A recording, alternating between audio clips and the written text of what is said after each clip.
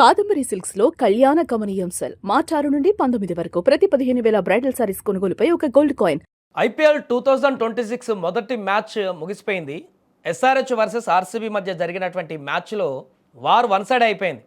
చాలా ఈజీగా RCB SRH మీద గెలిచి 2 పాయింట్ల ఖాతాలో వేసుకుంది. ఈ మ్యాచ్ ఎస్ఆర్హెచ్ ఓటమికి సంబంధించి పూర్తి వివరాలు తెలుసుకునేటువంటి ప్రయత్నం చేద్దాం. మనతో పాటు స్పోర్ట్స్ అనలిస్ట్ సిహెచ్ వెంకటేష్ గారు ఉన్నారు. సార్ నమస్తే సార్. నమస్తే సార్. సార్ మొదటి మ్యాచ్ ఎస్ఆర్హెచ్ ఓడిపోయింది అనే దానికంటే కూడా దారుణంగా ఓడిపోయింది.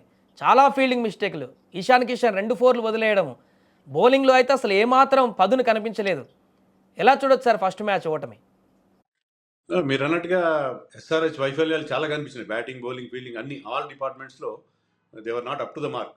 దాంట్లో అయితే ఎలాంటి సందేహం లేదు. ఓన్లీ బ్రైట్ స్పాట్ ఏంటంటే క్యాప్టెన్స్ ఫామ్. క్యాప్టెన్ మాత్రం అతను వరల్డ్ కప్ ఫామ్ కంటిన్యూ చేస్తున్నాడు. ఇషాన్ కిషన్, అలాగే అనికేత్ వర్మ మంచి ఫినిషింగ్ టచ్ ఇచ్చాడు. ఆ 2 విషయాలు మినహాయిస్తే ముఖ్యంగా బౌలింగ్ అయితే దారుణాతి దారుణంగా ఉంది. ఈ బౌలింగ్తో మీరు ఈ వరల్డ్ కప్, ఈ ఐపీఎల్లో ముందుకెళ్ళడం చాలా చాలా కష్టం. సో ఎస్ఆర్హెచ్ చాలా విషయాల్లో చాలా ఆస్పెక్ట్స్ మెరుగుపరచుకోవాలి. మీరు అంటే ఫీల్డింగ్ కూడా క్యాచ్లు వదిలేయడం, ఫంబుల్స్, గ్రౌండ్ ఫీల్డింగ్ కూడా చాలా హారిబుల్గా ఉంది. కీపింగ్ కూడా not up to the mark. So there are so many areas to improve for SRH అని చెప్పాలి ఫస్ట్ మ్యాచ్ తర్వాత. అంటే ఇలాంటి బౌలింగ్, ఇలాంటి ఫీల్డింగ్ ఉంటే 300 ఎస్ఆర్హెచ్ కొట్టినా కూడా గెలవడం కష్టమేమో అనిపించింది సార్ చాలామందికి నిన్న. అదే కదా, ఇప్పుడు 200 కొడితే మీరు మోర్ ఆఫ్ అండ్ నాట్ మీరు దాన్ని డిఫెండ్ చేసుకుంటారు.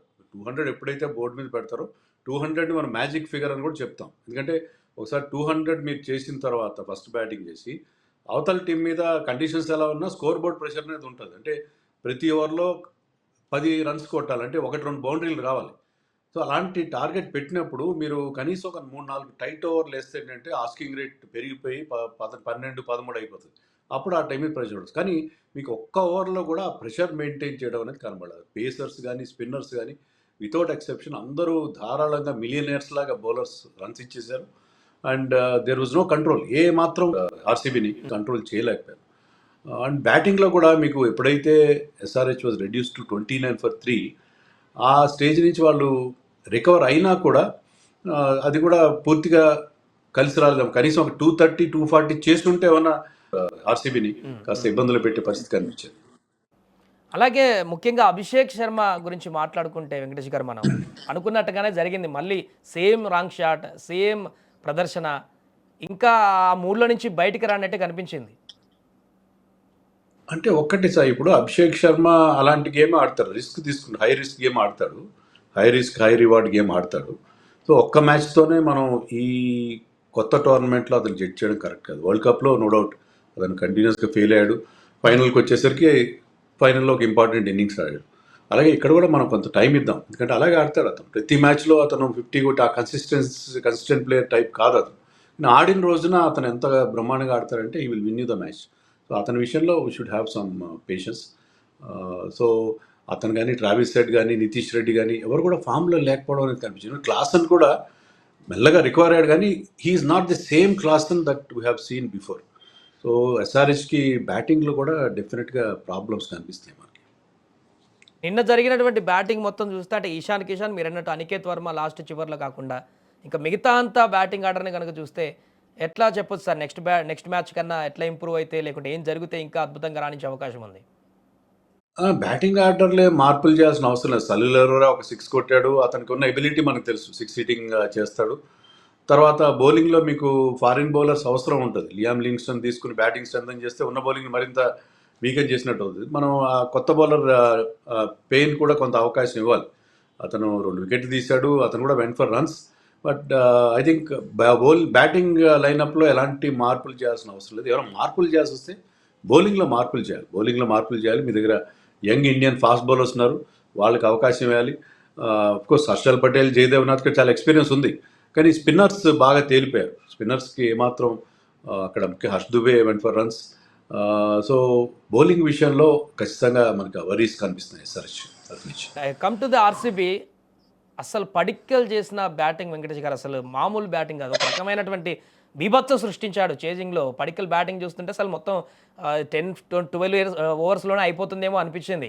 ఇంత భారీ హిట్టింగ్కి రావడానికి ప్రధాన కారణాలు ఏమని చెప్పుకోవచ్చు పడిక్కల్ నుంచి? ప్రధాన కారణం ఒకటే ఏంటంటే అతను డొమెస్టిక్‌లో రెడ్ హాట్ ఫామ్‌లో ఉన్నాడు. డొమెస్టిక్‌లో అతను ఏ ఫార్మాట్ తీసుకున్నా మనోడు రంజీ ట్రోఫీ కూడా ఆడాడు. సో, అలాంటి ఫామ్‌ని ఉపయోగించుకోవాలి. ఇప్పుడు ఇషాన్ కిషన్ సక్సెస్ అవ్వడానికైనా, పడిక్కల్ సక్సెస్ అవ్వడానికి కారణం ఏంటంటే డొమెస్టిక్‌లో వాళ్ళు రెగ్యులర్‌గా బాగా పెర్ఫార్మ్ చేస్తూ వచ్చారు. సో, అదే మన ఇండియన్ కండిషన్స్‌లో ఆడుతున్నారు కాబట్టి, దాన్ని ఇక్కడ వాళ్ళు మళ్ళీ కంటిన్యూ చేస్తున్నారు. సో, పడిక్కల్ యాక్చువల్లీ అతని మీద జనరల్ ఇంప్రెషన్ ఏంటంటే అది రెడ్ బాల్ ప్లేయర్. ఈ ఫార్మాట్‌కి అంత సూటబుల్ కాదు అని మనం అనుకుంటాం.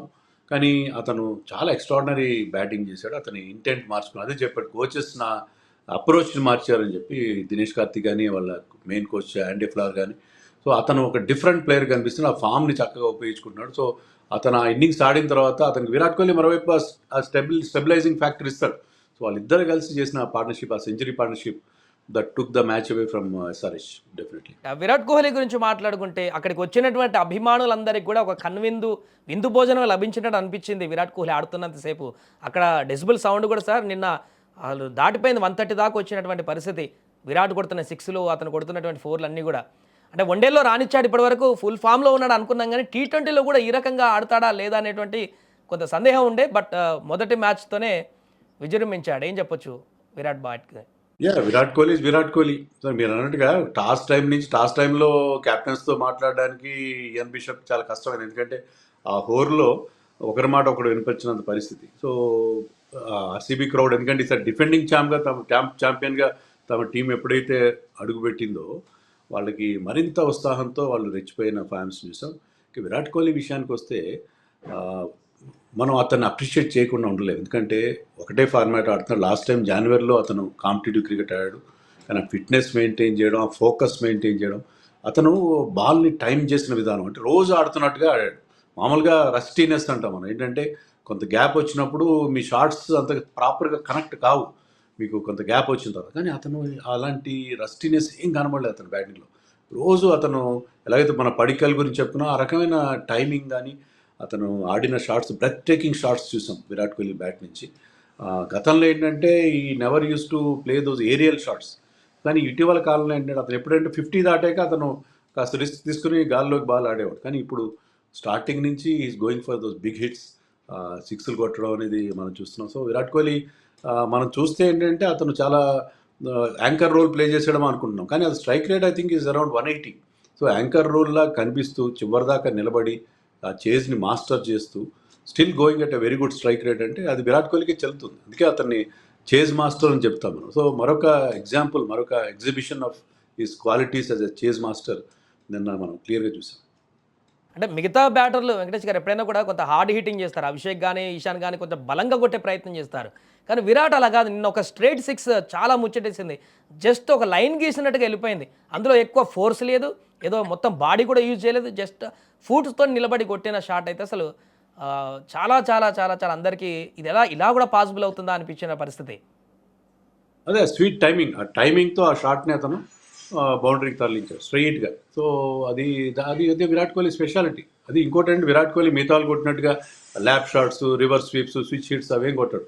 కేవలం క్రికెటింగ్ షాట్స్తోనే అంత మంచి స్ట్రైక్ రేట్ సాధిస్తాడు. అంత కన్సిస్టెన్సీ కూడా మెయింటైన్ చేస్తాడు. అందుకే విరాట్ కోహ్లీకి మిగతా ప్లేయర్స్‌కి అంత డిఫరెన్స్ కాదు. ఐ థింక్ లాస్ట్ 3 సీజన్ నుంచి అతను 500, 600 ప్లస్ రన్స్ చేస్తూనే ఉన్నాడు. ప్రతి సీజన్‌లో కన్సిస్టెంట్‌గా ఆడుతున్నాడు.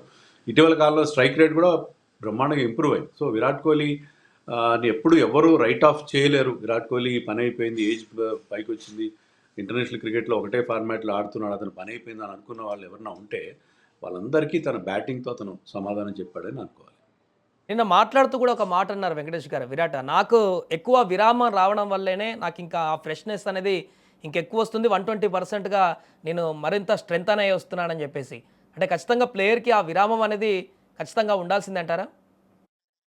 విరామం ఉంటే మంచిది. ఎందుకంటే పెద్ద విరామం కాదు. కొంత చిన్న చిన్న గ్యాప్స్ ఉంటే ఏంటంటే వాళ్ళు మళ్ళీ బ్యాటరీస్ రీచార్జ్ చేసుకొని ఫ్రెష్‌గా వచ్చి ఆడే అవకాశం ఉంది. విరాట్ కోహ్లీ అనేక సంవత్సరాల పాటు ఎలాంటి గ్యాప్ లేకుండా బిజీ మన క్రికెట్ క్యాలెండర్‌లో కంటిన్యూయస్‌గా ఆడడం వల్ల అతని fatigue, mental fatigue, physical fatigue కూడా ఉంటది. కానీ ఇప్పుడేంటంటే ఆ గ్యాప్ వస్తుంది.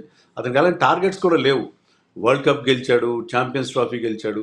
తర్వాత ఆర్‌సీబీకి ఐపీఎల్ టైటిల్ గెలిపించి పెట్టాడు. సో, అతనికి ఎలాంటి టార్గెట్స్ గానీ, ఎలాంటి ప్రెషర్ గానీ లేదు.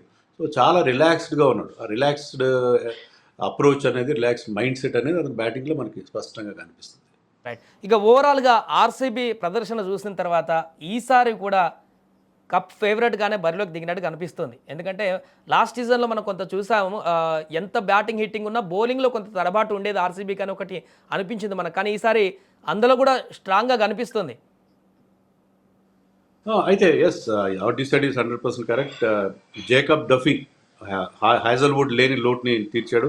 అతనిలాగా హార్డ్ లెంత్ బౌలింగ్ చేస్తూ వికెట్లు తీయడం, అలాగే హైట్ కూడా ఉన్నాడు, హైట్ అడ్వాంటేజ్ కూడా ఉపయోగించి ఎక్స్ట్రా బౌన్స్ కూడా సాధించాడు, బాగానే ఉంది. బట్ ఒకటేంటంటే నేను చెప్పేది, ఓకే బ్యాటింగ్ చాలా బాగా చేశారు వాళ్ళు, కెప్టెన్ రజత్ పాటిదార్ బాగా ఆడాడు. బ్యాటింగ్లో పెద్దగా సమస్యలు, ఫీల్డింగ్ చాలా బాగుంది, షార్ట్ పట్టిన క్యాచ్లు, ఒకటైతే కాంట్రవర్షియల్ క్యాచ్ ఉంది, బట్ స్టిల్ వాళ్ళ క్యాచింగ్ కానీ బ్యాటింగ్ కానీ బాగున్నాయి. బౌలింగ్లో మీరు కనుక చూస్తే, so Jacob Duffy wonderful spell, 4 overs 22, 3 wickets. And Bhuvneshwar Kumar కూడా ఓపెనింగ్ స్పెల్ చాలా బాగా వేశాడు, తర్వాత డెత్లో మంచి బౌలింగ్ చేశాడు. But what about the rest of the bowling? Shepherd went for lot of runs, wickets తీసినా కూడా. అలాగే మీకు స్పిన్నర్స్ ఇద్దరు కూడా రన్స్ ధారాళంగా ఇచ్చారు. కొత్త బౌలర్ అభినందన్ సింగ్ కూడా చాలా ఎక్స్పెన్సివ్ అయ్యాడు. సో వాళ్ళకు కూడా కొన్ని సమస్యలు ఉన్నాయి బౌలింగ్లో. కొంత ఇంకా మరికొంత పదును సాధించాలి. ఇద్దరు బౌలర్స్తోనే ఈ cannot win matches every time. So బౌలింగ్లో కొన్ని సమస్యలు ఉన్నాయి. బట్ ఓవరాల్గా ఏంటంటే వాళ్ళు ఒక ఛాంపియన్ సైడ్ లాగా ఆడారు. ఒక ఛాంపియన్ సైడ్ టైటిల్ డిఫెండ్ చేసుకుంటే ఎలా ఆడాలో ఆ రకమైన డిస్ప్లే మనం ఆర్సీబీ నుంచి చూసాం. Right sir, thank you.